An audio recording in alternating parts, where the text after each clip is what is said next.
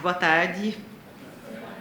Primeiro, eu gostaria de agradecer pelo convite para participar desse evento e gostaria de agradecer também a presença de todos os presentes e dizer que eu estou muito feliz em compartilhar a minha pesquisa e perceber que tem muita gente interessada nesses assuntos novos que a gente vai tratar aqui durante essa tarde.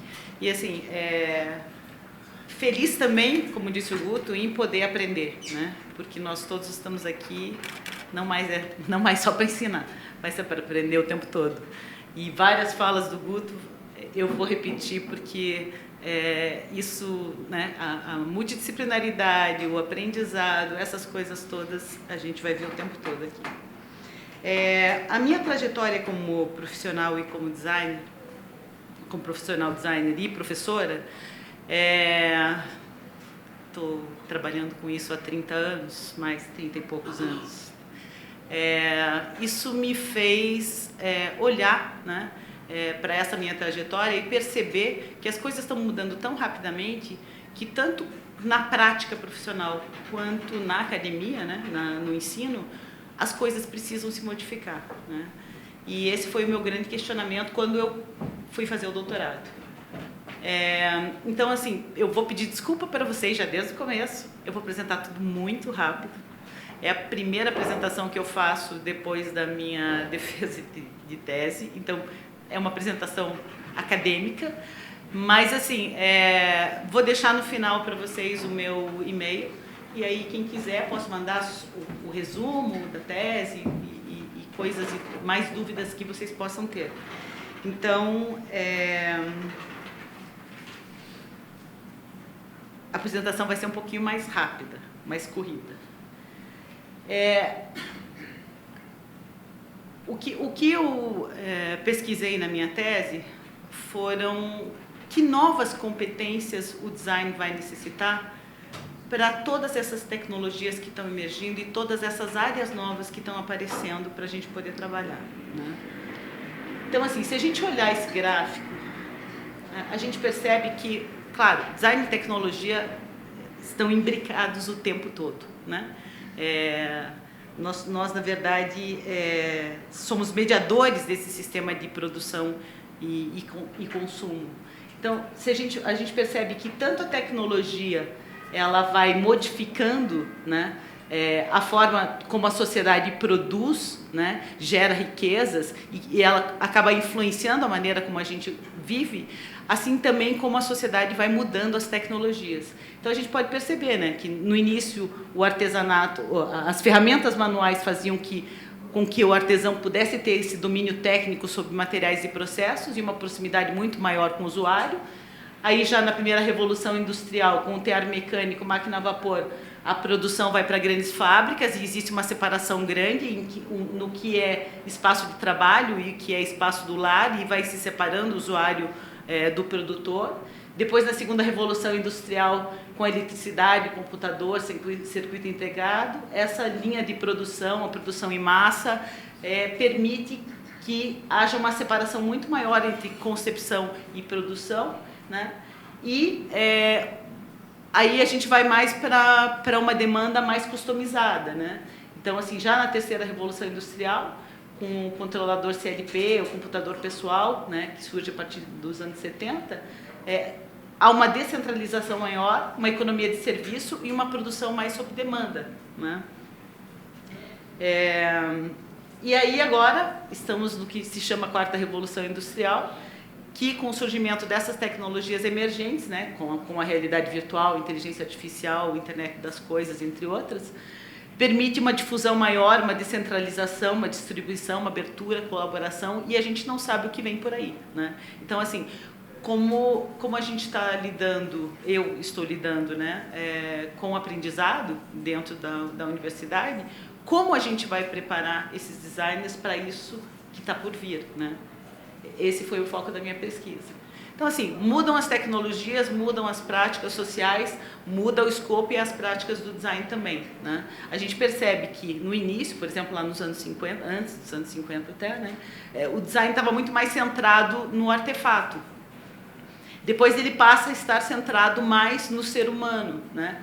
Depois no social, e agora o que se chama de design pós-antropocentrista, que é o design mais voltado às questões maiores do planeta, né? Não só no social. Quer dizer, isso vem num crescente, né? Desde a época que se fala em sustentabilidade, se pensa nesse design pós-antropocentrista. Então, assim, mudam os papéis do design também, mudam as práticas e muda o escopo.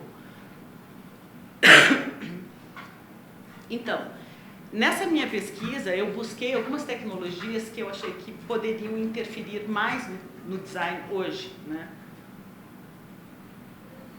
Então, eu pesquisei 10 tecnologias. Primeiro, vamos conceituar o que a gente vê aí como tecnologia. Tecnologia é uma construção social. Essa construção social ela pode ser tanto de artefatos físicos, quanto de modelos, quanto de heurísticas, né? Coisas palpáveis e não palpáveis. E as tecnologias emergentes, elas são tecnologias que já possuem algum tipo de aplicação prática, despertam um grande interesse por seu potencial de crescimento e impacto na sociedade, mas elas ainda não estão plenamente exploradas. Então, essas são tecnologias que se encaixam nesse conceito. Então, assim, rapidamente,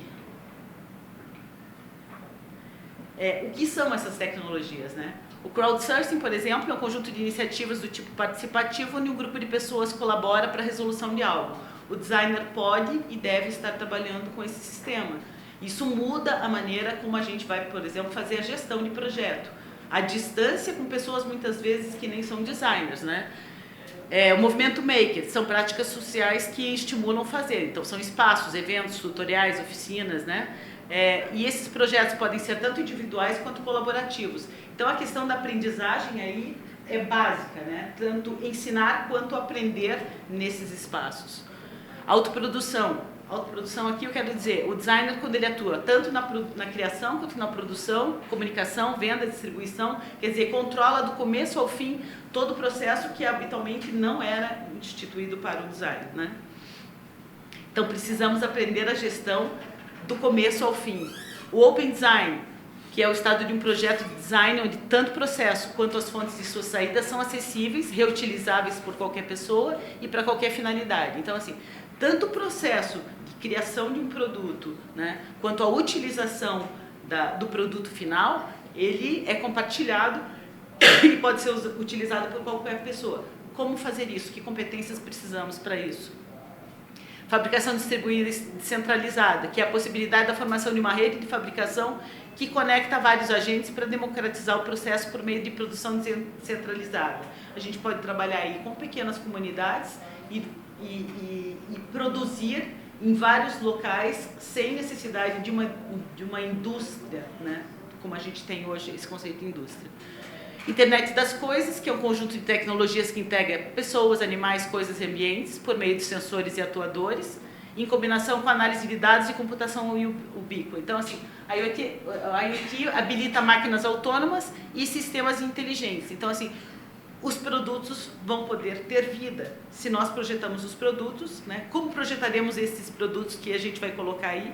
E a internet das coisas, ela vai dar subsídios também para a inteligência artificial.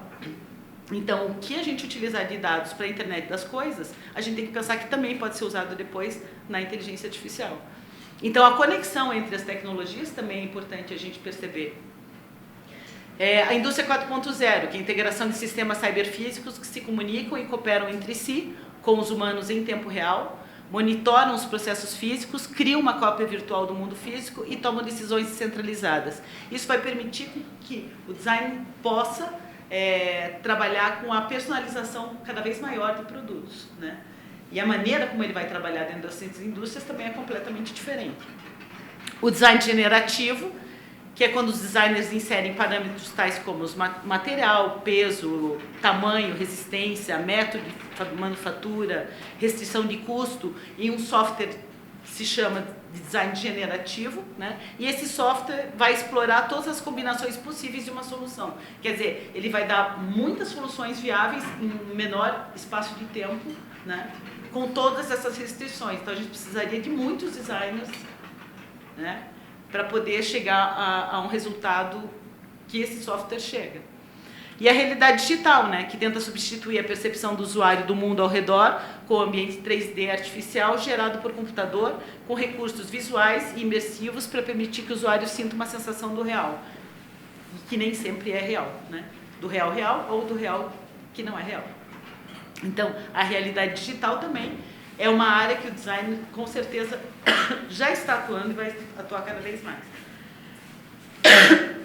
Desculpe, gente, eu tô saindo do e-mail. Opa. Então, a minha pergunta é: como as tecnologias digitais emergentes impactam a atividade do design e quais as competências esperadas para os designers nesse futuro próximo?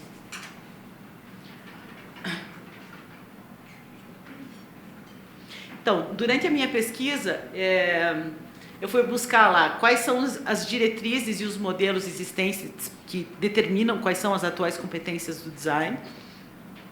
Busquei também me aprofundar mais nessas tecnologias emergentes e como elas modificam as práticas do design.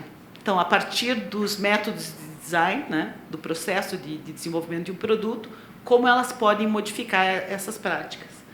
E aí, assim, quais são as pessoas e comunidade envolvida, né? São professores, alunos e profissionais, ensino e mercado de trabalho.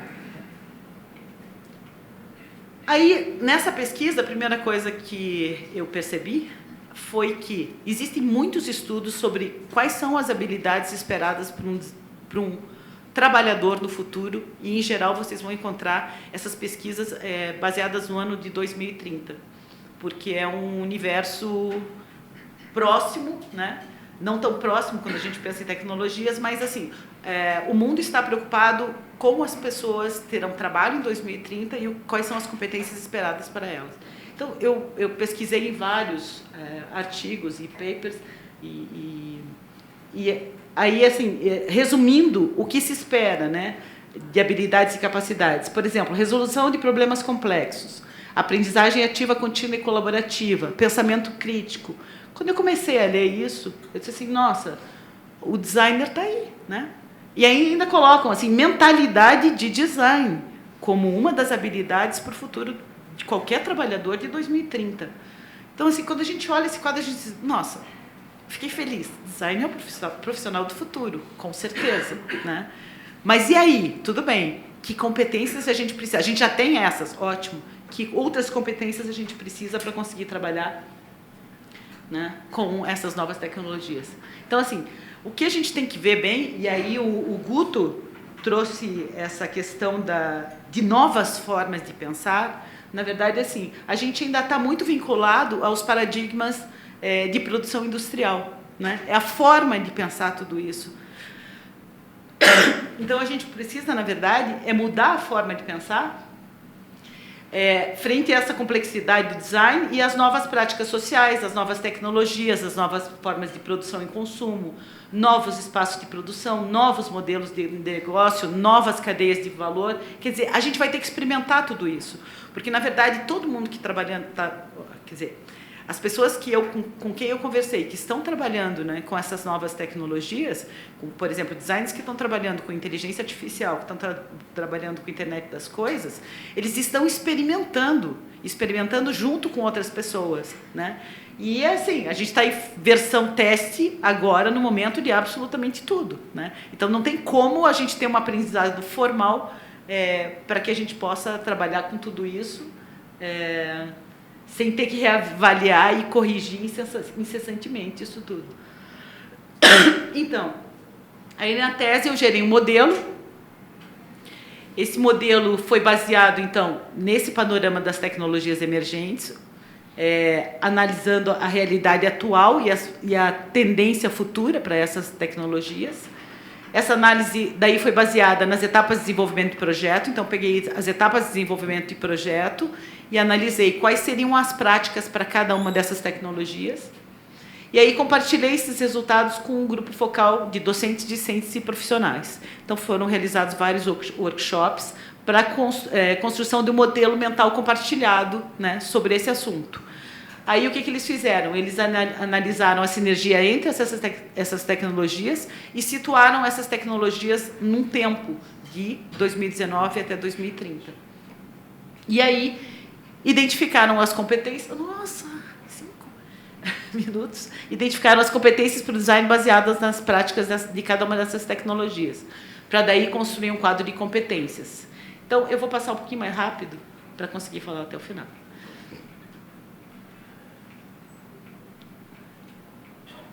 Está voltando. Então, nesses workshops foram 38 participantes, 17 professores de 7 universidades, 13 alunos e 8 profissionais. Inclusive, um deles foi aplicado no P&D Design de 2018. A validação desses workshops, assim, nesses workshops sempre tinham participantes que entendiam de Open Design, movimento maker, produção distribuída e descentralizada e realidade digital.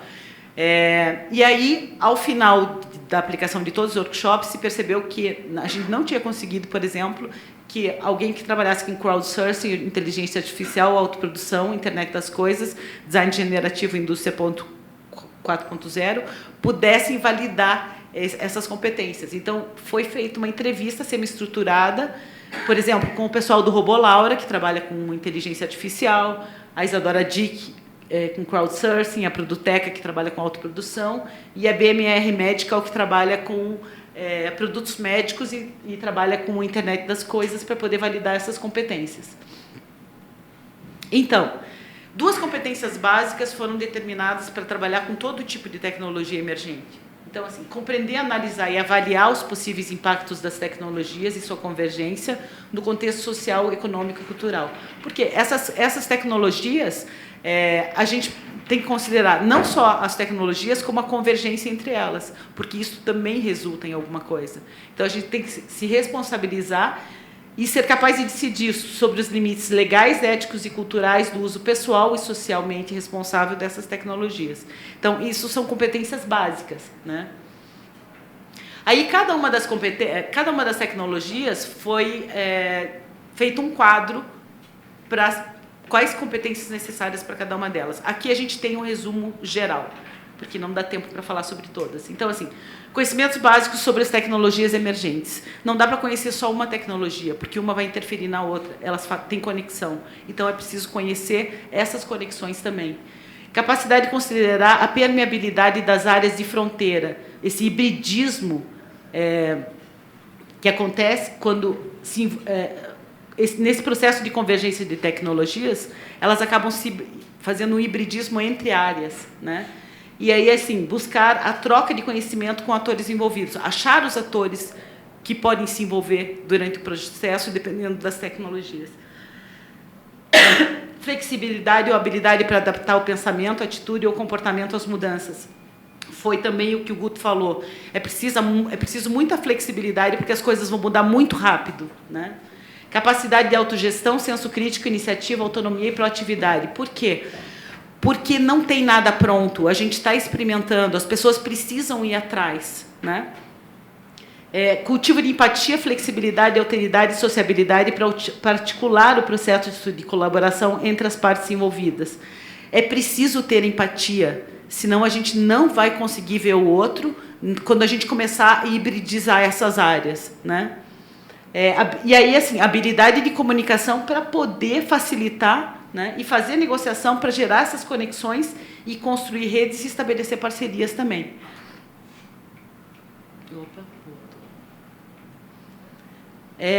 Habilidade em pesquisa, visão sistêmica, preditiva e simulação de cenários. A gente sempre vai ter que estar olhando para frente, né? Habilidade em materializar, desenvolver modelos, protótipos e um produto mínimo viável. Quer dizer, não adianta só pesquisar, ter visão de futuro, a gente vai ter que saber materializar. Conhecimentos básicos sobre ciência de dados, algoritmo, programação, robótica, entre outros. E aí, assim, foram unânimes em dizer, são conhecimentos básicos, a gente não precisa se aprofundar, mas a gente precisa saber como isso funciona. Conhecimento sobre comportamento, psicologia, neurociência, conhecimento sobre análise de risco, segurança de dados e privacidade, porque o designer vai coletar dados também e vai ter que se responsabilizar pelo que vai ser feito com eles depois, né? Conhecimento em design de experiência, de interação e de serviço, porque, por exemplo, a IoT não é só físico, né? Não é só um produto, ela sempre vai vir com um serviço junto, né? Habilidade em trabalhar com equipes multidisciplinares com foco na aprendizagem ativa dos participantes. Conclusão. As tecnologias emergentes amplificam as possibilidades de atuação profissional do design, tornam difusos os papéis até então estabelecidos e desvinculam o design da organização industrial convencional, né? Hibridizando e modificando as práticas. Mas eu fiquei muito feliz porque a amplitude e a importância da profissão do design, que eu consegui ver nesse trabalho, frente às tecnologias emergentes,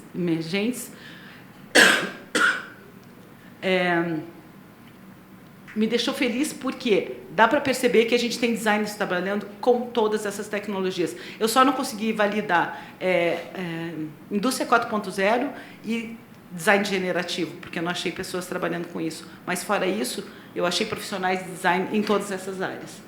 Então, assim, espero que prever, antecipar e desenvolver essas competências para uma atuação consciente e crítica permita que os designers da próxima, que estão trabalhando e da próxima geração, né, possam realmente se transformar em designers transformadores, incorporando novos valores a essas tecnologias. Gente, obrigada. Eu sei que foi rápido, mas está aqui. Opa. Está aqui meu e-mail. Se vocês quiserem, posso mandar o resultado das competências de cada uma das tecnologias. Tá? Obrigada.